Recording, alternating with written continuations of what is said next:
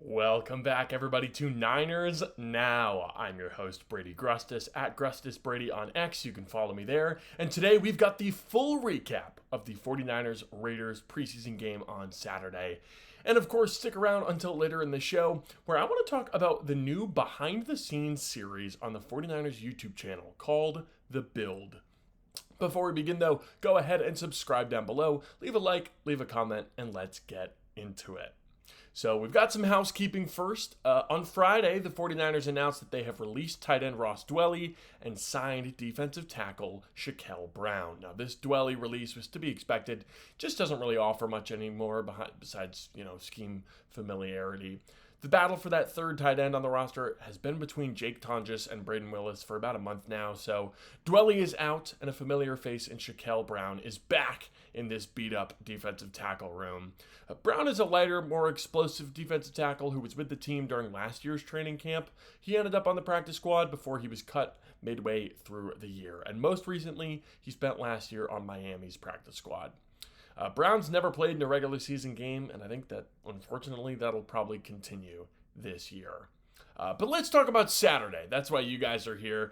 The 49ers picked up their first win of the preseason, 22-19, after a clutch Jalen Mahoney interception with 13 seconds left and a Jake Moody 59-yard kick to win it. It was a pretty back-and-forth game for all four quarters, much more entertaining than the Denver game, in my opinion. And we'll get into all the biggest takeaways in just a moment. But as we do here, it's time to talk injuries. Going into the game, the Niners had 23 players out due to injury. Add in the guys who were healthy scratches, like Trent Williams and Fred Warner, and the Niners were missing nearly a third of their roster. It's absolutely insane how many injuries there have been, and unfortunately, 3 more 49ers got hurt in this game against the Raiders. Dominic Pooney got rolled up on during a field goal attempt and appears to have a PCL injury that should keep him out a few weeks. Patrick Taylor Jr., who started Saturday's game at running back, dislocated his shoulder, and he'll miss a couple of weeks. And backup running back Corey Kiner, who looked powerful and explosive, suffered a high ankle sprain that will sideline him for a few weeks as well. All 3 of those guys are now question marks to play in week 1, and for Kiner's sake, that jeopardizes his roster spot. Meanwhile, we haven't seen any sort of reinforcements come back from the injuries earlier in camp. Jacob Cowling practiced this week, but he didn't play on Saturday for whatever reason. Michael Williams and Bernardo Green are still out. Isaac Guerendo and Jordan James are still rehabbing. This team has major injury questions for week 1 in Seattle. I mean, how can you expect this offense to play well when you might have Connor Colby and Nick Sakel blocking Leonard Williams and Byron Murphy in Seattle? I mean, these injured guys have to come back eventually, or this season starts to look very, very scary for the Niners. Let's put that aside now, though, and talk about the guys that did play, starting with Brock Purdy. We got to see Brock for the first time this season on Saturday for only a drive in the first quarter, but he was looking good, especially to start. Brock was accurate, he was on time, and he looked pretty fast when he was forced to move out of the pocket. Brock and Ricky Pearsall showed off their chemistry with 3 catches on that first drive for Ricky, including a beautiful 3rd and 18 conversion after 2 disastrous run plays. Pearsall's a really talented player, and he's gotten a lot of positive buzz this summer, but it was nice to see his game tape match up with that positive coverage, because, it's not always the case for a training camp standout. Pearsall's going to be a huge X factor for this Niners offense, especially early on in the year. He was picking on Eric Stokes on Saturday, but he'll have to keep up that good work against much better cornerbacks like Tariq Woolen, Kool-Aid McKinstry, and Will Johnson in the first 3 games of the year. Ricky and Brock were not able to connect in the red zone, however, as the offense stalled inside the 20-yard line. We saw that a bunch on Saturday. For the second week in a row, the Niners only managed 1 touchdown all game.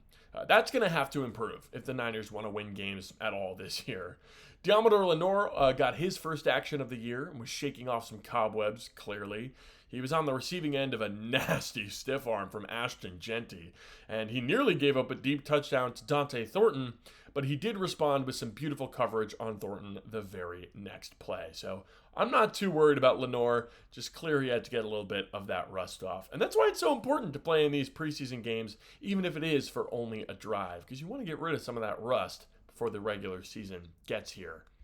Now let's go over some of my notes from the offense. Connor Colby's pass protection was fairly good. He got the start, quote unquote, at left guard today, Saturday.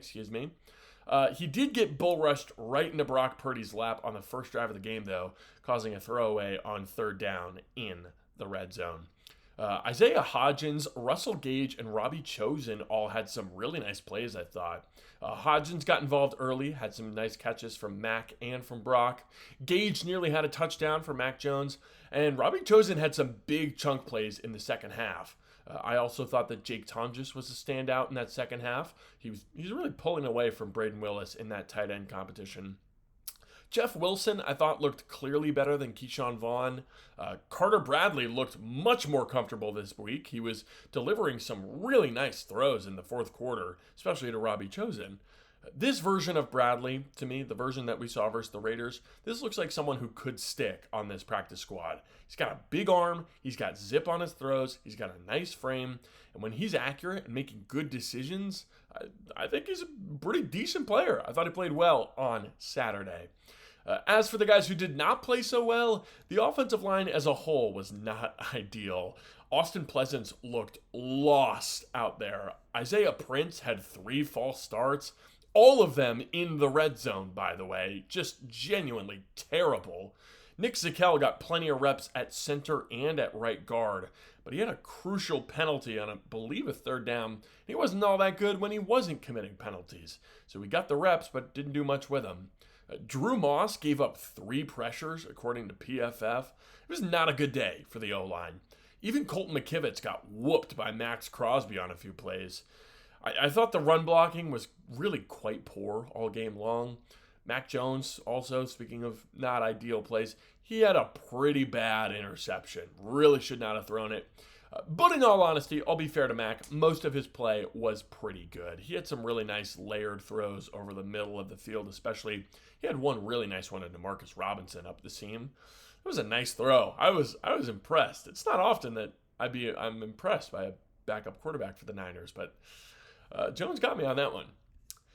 There were a bunch of really clutch performers from the defense on Saturday. Let's talk about them now. And one of them was the biggest preseason breakout, maybe in the whole league, Chase Lucas. Lucas had yet another sack on a nickel blitz, and he intercepted Aiden O'Connell after running the route perfectly. At this point, Lucas is pretty much a lock to make the team, in my eyes. But I just gotta say, if the calf injury keeps Upton Stout out for much longer, and Chase Lucas keeps playing this well, I think you have to give Lucas the week 1 start in Seattle. If Stout is not back healthy by the Chargers preseason game, you've got to seriously consider putting him on the bench. I mean, do you want Stout's first NFL game action of any kind to be against Jackson Smith and Jigba on the road in a pivotal division game? That's a brutal matchup. I don't want that. I don't want to throw the rookie in the fire like that. I think you got to give that matchup to Chase Lucas. Back to the notes, though. Tatum Bethune, I thought, continued his awesome physicality. He is the backup middle linebacker for this team, and I think he's securing that spot more and more every single day. Trevis Gibson was rushing well all game long, and he ended up coming down with a sack on Aiden O'Connell.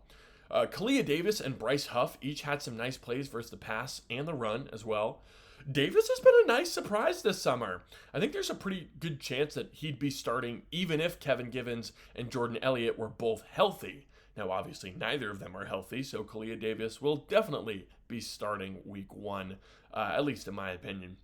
Bruce Hector also flashed a couple of nice wins versus the run and the pass. He had a nice sequence in the fourth quarter there where he won on 3 straight plays and was really impacting the game.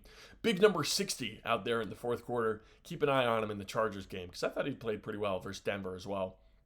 Saron Neal had one bad coverage bust after he ran into Chaz Surratt crossing over the middle. But other than that play, Saron Neal was physical as a tackler, right? Makes sense. He plays special teams. He was super sticky in coverage. I mean, he's mostly played safety in his career, but Neal was lining up at outside corner on Saturday.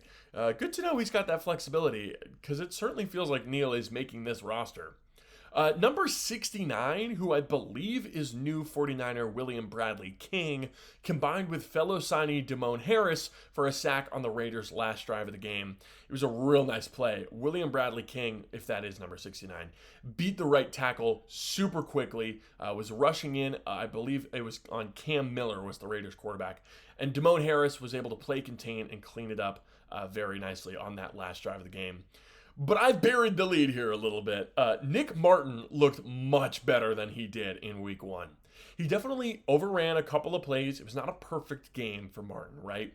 But he had a beautiful pass breakup down the seam after being beat by a tight end. He was able to stick that arm out and break up that pass. It was really nice work. And that's what you want to see. If a guy gets beat, get in there, get to the catch point, and break up the pass. That's exactly what Nick Martin did on Saturday.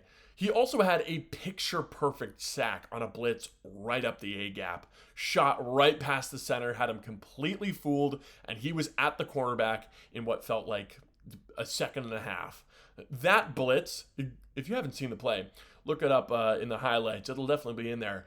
Because that play is exactly what Nick Martin does best. That is his biggest strength, and it was at Oklahoma State as well. And I'm really glad that Saleh is putting him in positions to succeed like that, because for a young guy, that goes a long way. And man, when Nick Martin does connect on a tackle, he's got serious pop. He had multiple big hits in this one where the guy would make the catch, in the flat or short over the middle, and boom, Nick Martin would meet him immediately for, 1 yard gain, 0 yard gain, whatever it may be. I was super impressed with Martin's hitting ability. There is plenty of room to improve for Nick Martin. You've got to get a little more consistent with the tackling form, of course, but this was definitely a step forward. One more guy I have to shout out is Jalen Mahoney.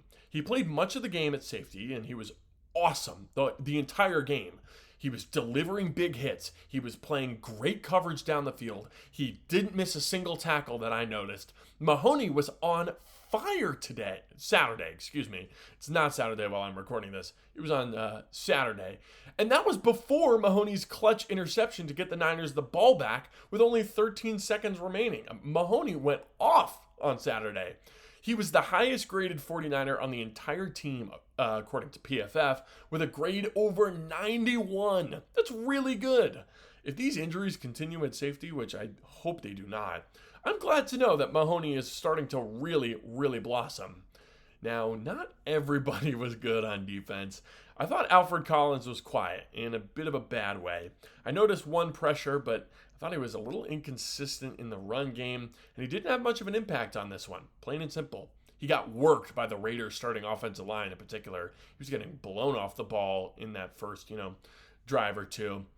And also, it's become kind of a tradition at this point. When I'm talking about defenders who didn't play great, got to talk about Darrell Luter. He had one nice win outside on rookie wide receiver Jack Besh, but otherwise, Luter had a really poor day. He gave up multiple long first downs. I just don't know how you can let Luter make this team. And now, we got to talk about Jake Moody, all right? Moody went 5 for 6 on his kicks, but he absolutely shanked a 53-yarder early. And that miss put all of the 49ers faithful up in arms. And it was a really bad miss, I'll admit. I was not the happiest about that either. Moody's next attempt was from under 30 yards, and if it was longer than 30, probably would have missed too. He was shaky. But I've got to give credit where credit's due to Moody. I mean, he made 3 clutch fourth quarter kicks. The first 2 were to tie the game at 16 points and then 19. And of course, that last one, as time expired, would be his career-long 59-yard game winner. And it had plenty of leg. It would have been good from 65. He aimed it perfectly, absolutely drilled it. This can be the moment where Moody turns his career around. It would be straight out of a movie, honestly. Let's hope that's the case. So that's the recap of the Raiders game. Let me know what you thought of the game down below in the comments. Who stood out to you? Who needs to improve? And will the 49ers score more than 1 touchdown in week 3? Leave a comment down below with your answer. Now, moving on to our final segment of the day, I watched episode 1 of the 49ers' new behind the scenes series called The Build. You may remember a similar series, Brick by Brick, also on the Niners YouTube channel, and unfortunately we did not get that this year. We really missed out on the draft day content that they would always include, and that's some of my favorite stuff in the entire offseason. So I was sad to see that they weren't doing Brick by Brick, but this new series, The Build, is clearly focused on training camp and the lead up to the season. The first episode was all about the first couple of padded practices and how it really brings a lot of energy and competitiveness to camp. There were these individual segments with a bunch of different players like Brock Purdy, Upton Stout, Deommodore Lenoir, Dominic Pooney, and Jason Pinnock. I really like Upton Stout, man. His personality is infectious. And in Lenoir's segment, he also talked a lot about how Stout was doing really well and coming along great. Those two were cut from the same cloth. It's pretty clear to see. And I'm really glad that they're both on our team. We don't have to play against these dudes. I also like seeing guys like Purdy and Pooney and Lenoir talk about what's different for them now versus when they joined the team. With Lenoir especially, you can really tell that he's a veteran now, and he's become one of the team leaders. And the episode ended with an adorable segment focused on Jason Pinnock and his kid. It was so sweet. I would totally recommend you guys check it out. And I can't wait until next episode, which I'm presuming is going to be about the Broncos week. So did you get a chance to watch The Build? What did you think? Let me know down below. Leave a comment, leave a like, and let me know if there's any topics that you'd like to see me cover. Thank you all for watching, and subscribe for 49ers videos 5 days a week. I'm Brady Grustas, at GrustasBrady on X. This has been Niners Now, and I'll see you tomorrow.